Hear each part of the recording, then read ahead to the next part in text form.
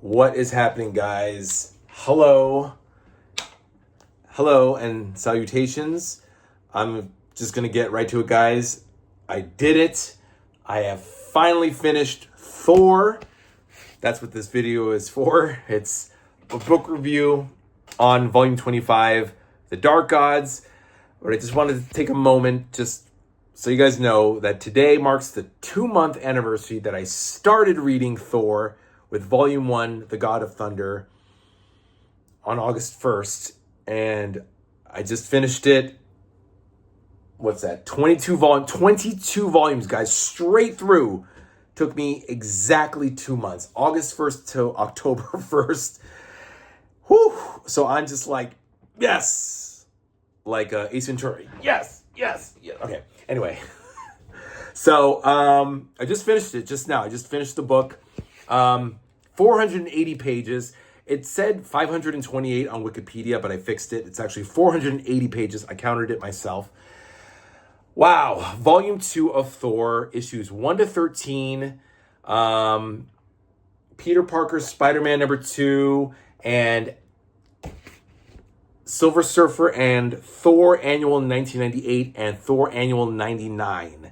So, yeah, that makes up 480 pages. The first issue and the 12th issue of Thor were like 40 pages, 40, 41, 42 pages. Yeah, like 40 pages.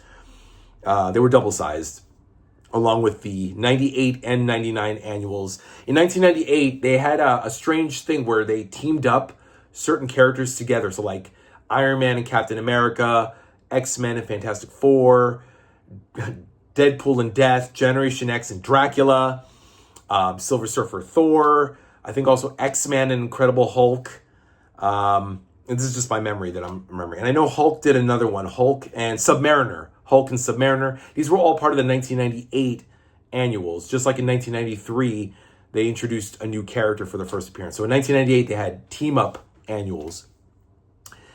And this one had Silver Surfer and Thor, which I read in the volume 14 of Silver Surfer already. But the annual 99 was new. Never read the second volume of Thor. First 13 issues done. Now I'm going to tell you this, guys. I really hesitated. I was going to say regretted and resented. Those weren't the words. I hesitated in getting this to continue on, because this is going to go on. The second volume is going to go up until issue 85, which ends in December 2004. So, and this started in 98. So that's volume 2 lasted for 6 years up until issue 85, which was the Ragnarok storyline from issue 80 to 85, written by Michael Avon Oeming, I think his name was. And I remember when that came out, and I was reading comics back then and seeing that on the shelves, and I did not buy it, but I was curious about it. I was like, maybe I'll get that at some point, but I never did. So I guess I'm going to do that with this volume. That's part of the motivation for my doing it, continuing on. And also your votes. You guys also said yes, continue. So I'll be doing that with Thor, Captain America Volume 24, which comes out in December, like around Christmas. And I'm sure Avengers and Iron Man will also follow suit. Avengers, Iron Man, and Fantastic Four, I'm sure. They'll continue on into the 2000s. So yeah, I'm never going to stop reading, guys. Oh well. So, cry me a river, right? No, but this is a lot of fun. And no, guys, I'm not going to stop. This just means that this is the last of the huge volumes. I've now pretty much caught up on every book. And from here on out, it's just going to be the new release titles, which I have 6 more that I have to catch up on.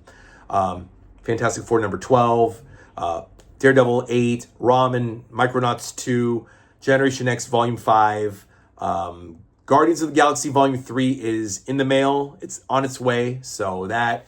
And then next week, 2 weeks from now, X-Men Volume 13, Wounded Wolf, will come out. And I cannot wait, guys. That's X-Men 199 to 210. Oh, I'm going to devour that book.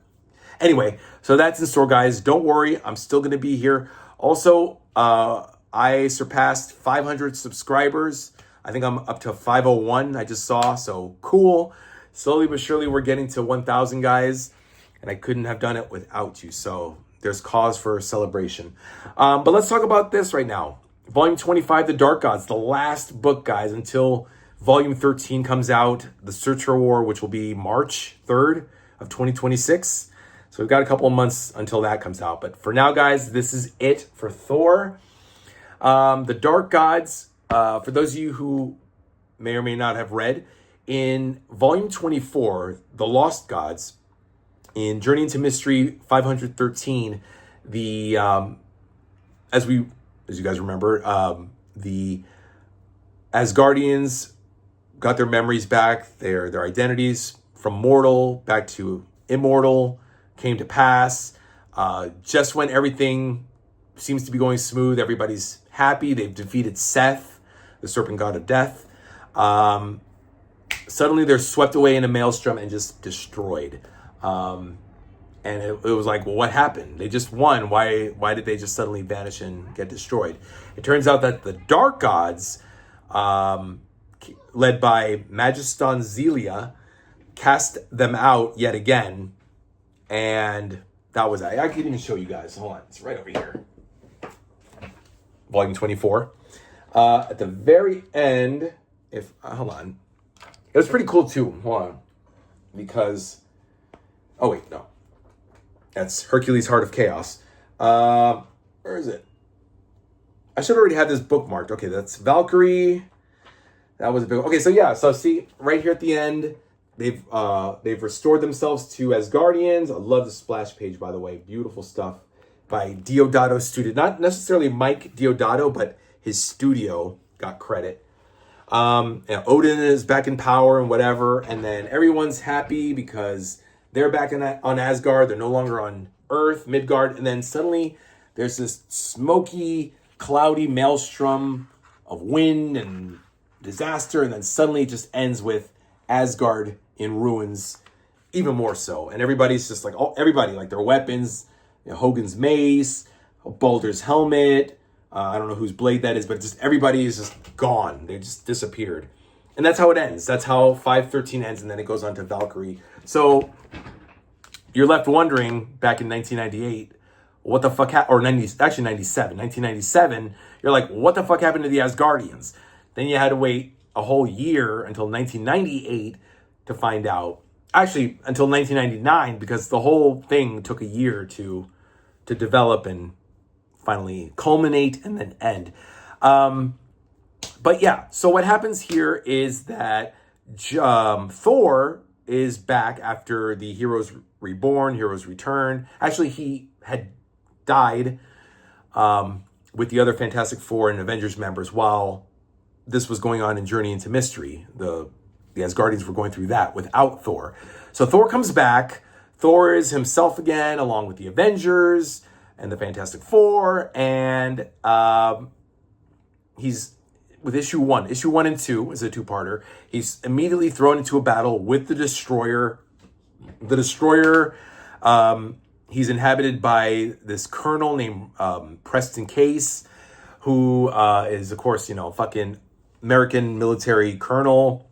And he kills Thor. He kills Thor and EMT paramedic Jake Olsen. Jake Olsen is good guy, like Don, like Kevin, Eric, all these guys. Jake is good-looking, handsome, white guy. Like I said, a paramedic, EMT technician. And he gets also killed along with Thor while rescuing a woman. And then Thor is in Hela's hell. It used to be Niflheim. Now it's just hell. And this being named Marnot, who's even more powerful than Hela, grants... No, he doesn't really grant him. He does like what Odin does, or like what Odin did with Don Blake and Thor. He puts Thor into Jake Olsen's body, or did Jake Olsen go into Thor's body? I forget. But they're melded together. Jake and Thor are together. So now Jake has his life as a paramedic. He's alive again, even though they all thought he died. Thor continues to be Thor. And every so often they switch off and Thor does his battles. Jake has his life. He has a girlfriend named Hannah Fairmont, who's also a nurse or doctor. With Jane Foster is also back in this book. And Keith Kincaid, no Don Blake, just Keith, but I don't think they're married. They don't talk about them being married because the focus is not really on Jane or Keith or all that stuff, or even no mention of Don, all that stuff. It's just Jake, Thor, and all that stuff. Hannah has this bratty daughter named Amanda, who I did not like because she doesn't like Jake because he's an EMT guy and he's always taken off like most superheroes do. Throughout the whole thing, Thor's just fighting various villains, Replicus at one point, and Destroyer, and he's dealing with Marnot. And little by little, behind the scenes, the Dark Gods have returned. They've taken over Asgard. They turned Asgard from the ruins, and they rebuilt it. But now it's all like a darkened, blackened kingdom. And Majeston Zelia is the leader. And I think they mentioned that she was courted by Odin, but Odin rejected her. I think I read that, but now I forget. Anyway, so she's mad at Odin and she imprisons Odin. Basically what she did was imprison all the Asgardians. The Warriors 3 are in the slave pits, the muck pits, and they're enslaved. Sif is imprisoned, Baldur's imprisoned, Odin is chained up, and no Loki, oddly enough, shockingly. But yeah, so they're just preparing to, take over the world, take over the universe. They want to kill Thor. There's this dude named Pericus who's big and badass. He's the son of Zelia. There's also Adva, who creates the continuum, like the portals and everything. Then there's Talkots. He spoke in rhyme and verse. He ended up fighting Thor and Spider-Man. There's a 2-part crossover between Thor number 8 and Peter Parker's Spider-Man number 2. They restarted the numbering of all these titles. It sucked. Spider-Man, I remember Amazing Spider-Man also started over, but all except X-Men, of course. But yeah, anyway, eventually it culminates into issues 10, 11, and 12 is the Dark Wars storyline. And that's where Thor fights the Dark Gods. He frees the Dark Gods. And of course, Odin. It's revealed that Odin, yet again, concocted a scheme for the good of the Asgardians, to protect them from the Dark Gods. He made everybody forget that they're human. This was, of course, mentioned in Volume 24 in The Lost Gods, that he created them as mortals to protect them from the Dark Gods. I mean, this was added to this volume, that this was a plan to keep the Dark Gods from finding out who they were so that they wouldn't die, because the Dark Gods are just too fucking powerful. And of course, Odin used a spell of forgetfulness also on himself so that everybody, including himself, would just forget that there was a war with the Dark Gods, why they became human, mortals, And it turns out that Marnot is one of Odin's ravens named Heskamar. And it's funny, the word scam is in the middle of the name. He scam R. Oh. It would have been better if the name was Heskamus. He scam us. See? No, but it's Heskamar. Dumb name. It sounds like Eskimo or Escobar. Anyway, that should have been Heskamus. Heskamus. He scammed us. Wow. I see I should be a writer of Marvel, of comic books. Anyway, so that's that. I mean, it was all a ploy by Odin to protect everybody. Marnot was a ploy. The Dark Gods proved to be really powerful. At one point, Thor had to run away because Pericus was just too powerful. He had to enlist the help of the Destroyer, who was his enemy, who killed him in the first 2 issues. Comes back. He managed to exile the Destroyer on a planet. Then he goes and begs him, please help me. And this, it's inhabited by Case, by a human, Preston Case, who eventually returns to his body as a reward, as a thank you for helping them fight the dark gods. Hercules also helps. Replicus also helps. Replicus also gets destroyed.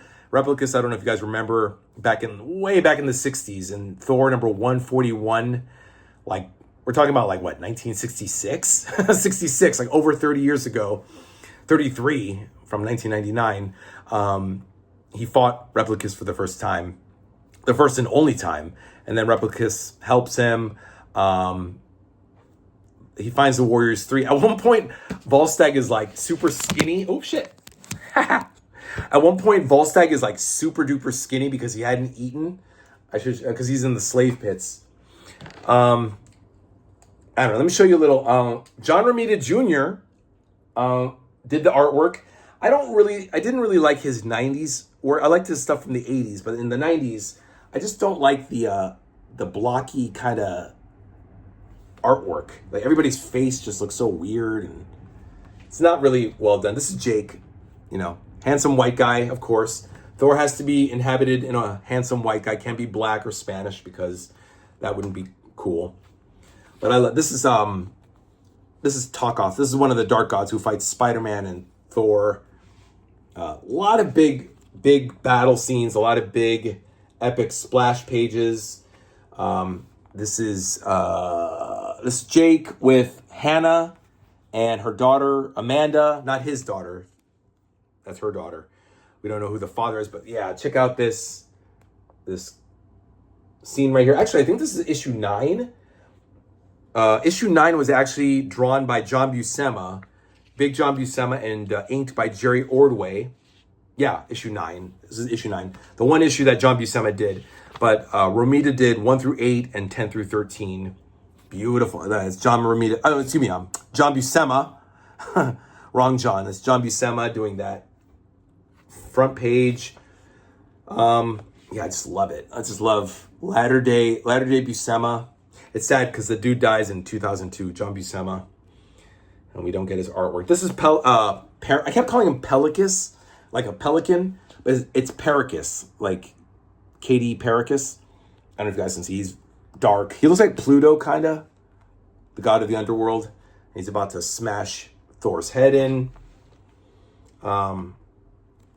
Yeah, but good stuff here. Yeah, I don't know who these guys were, but they were like these slave pit guys. Yeah, here's Volstagg as a skinny fuck instead of a fat fuck. I don't know if you guys can see, but he still speaks very voluminous. Yeah, and that's that. And then issue 13 is the victory party, and then that's where Marnot is revealed to be Heskamar, one of the Thor's ravens. His ravens are Munin and Hugin, something like that. I never heard of Heskamar. In all the years, throughout the years that I read in the last 2 months of all the Thor books, I never knew there was a Heskamar. But yeah, he's a talking crow. Look, that's Heskamar right there. He's a talking crow, and he's like, But yeah, all is well, guys. Asgard is restored. The lost gods are no longer lost. They're now found. The dark gods are gone. And that's that. I like that. Volume 24 is the lost gods. 25 is the dark gods. So it makes it very easy. From lost to dark, 4 letters each.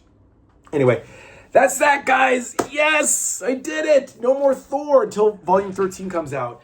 I am done, guys. All the long-winded volumes. I mean, X-Men, Avengers, Spider-Man, Fantastic Four, Daredevil, Captain America, Hulk, Iron Man, and now Thor, Silver Surfer, Wolverine, Moon Knight, Doctor Strange. I mean, everything is now done, guys. I've literally caught up to all the books. Now all that's left are the new ones, the new books.